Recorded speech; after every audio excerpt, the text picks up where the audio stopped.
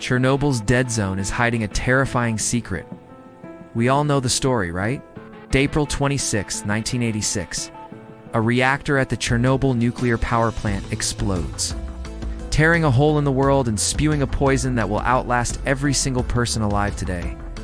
To deal with it, humanity built a tomb, the exclusion zone, a 30-kilometer radius, totally sealed off, sacrificed, and left for dead. The official story was that this zone would contain the radiation and bury one of the worst mistakes in history. But what if that whole story ... is a lie? What if the zone isn't a tomb at all, but a cradle? These black fungi were found growing right on the walls of the destroyed reactor, turning raw gamma radiation into energy. Life was literally feeding on the poison. Studies started showing that some species, like the local tree frogs, were evolving to have much darker skin, which seems to be an adaptation to shield them from radiation.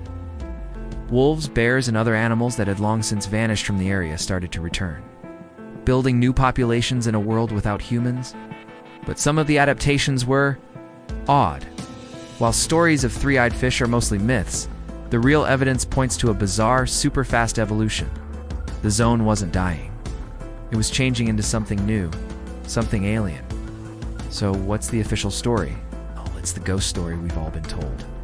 Most people fled, but a handful of residents, mostly elderly women they called the babushkas, flat out refused to leave their homes.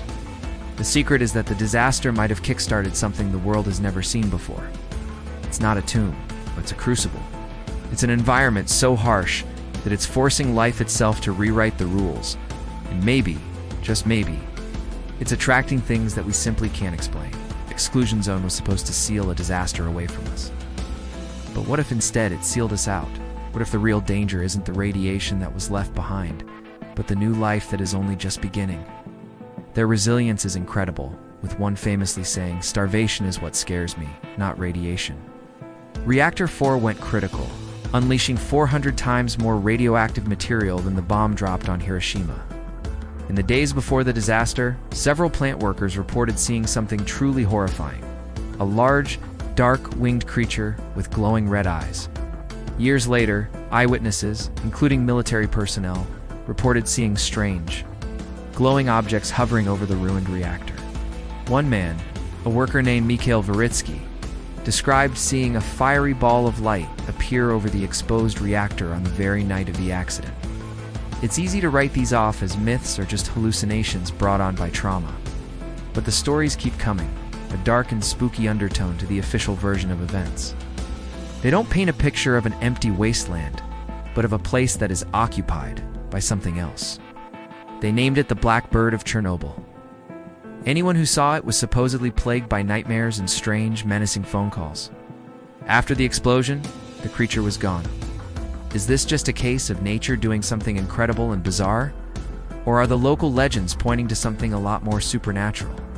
Let me know what your theories are in the comments. If you're the kind of person who questions the official story, make sure to subscribe and hit the notification bell for more deep dives into the unknown. Over 350,000 people were forced to evacuate, leaving everything behind: their homes, their pets, their entire lives, in cities like Pripyat. The zone was created to be a permanent quarantine, a scar on the map that was supposed to be empty for centuries. For decades, that was the truth we accepted. A terrible but closed chapter. Humans were out, and the zone was left to rot. But then, strange reports started to leak out from behind the barbed wire. Reports that suggest the story we were told is starting to fall apart. The first strange clues didn't come from people. They came from the land itself. Scientists going into the zone were expecting a total wasteland. And in some spots, that's what they found. They saw the infamous red forest, where a whole patch of pine trees had been scorched a ghastly reddish brown by the intense radiation. But everywhere else, something completely unexpected was happening. Life wasn't just hanging on, it was adapting at a seriously unnerving speed. Scientists discovered certain types of fungi that weren't just resisting the radiation, they were eating it. And then you have the animals.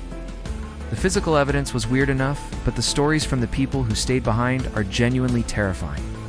But there are other stories that are much harder to just brush off.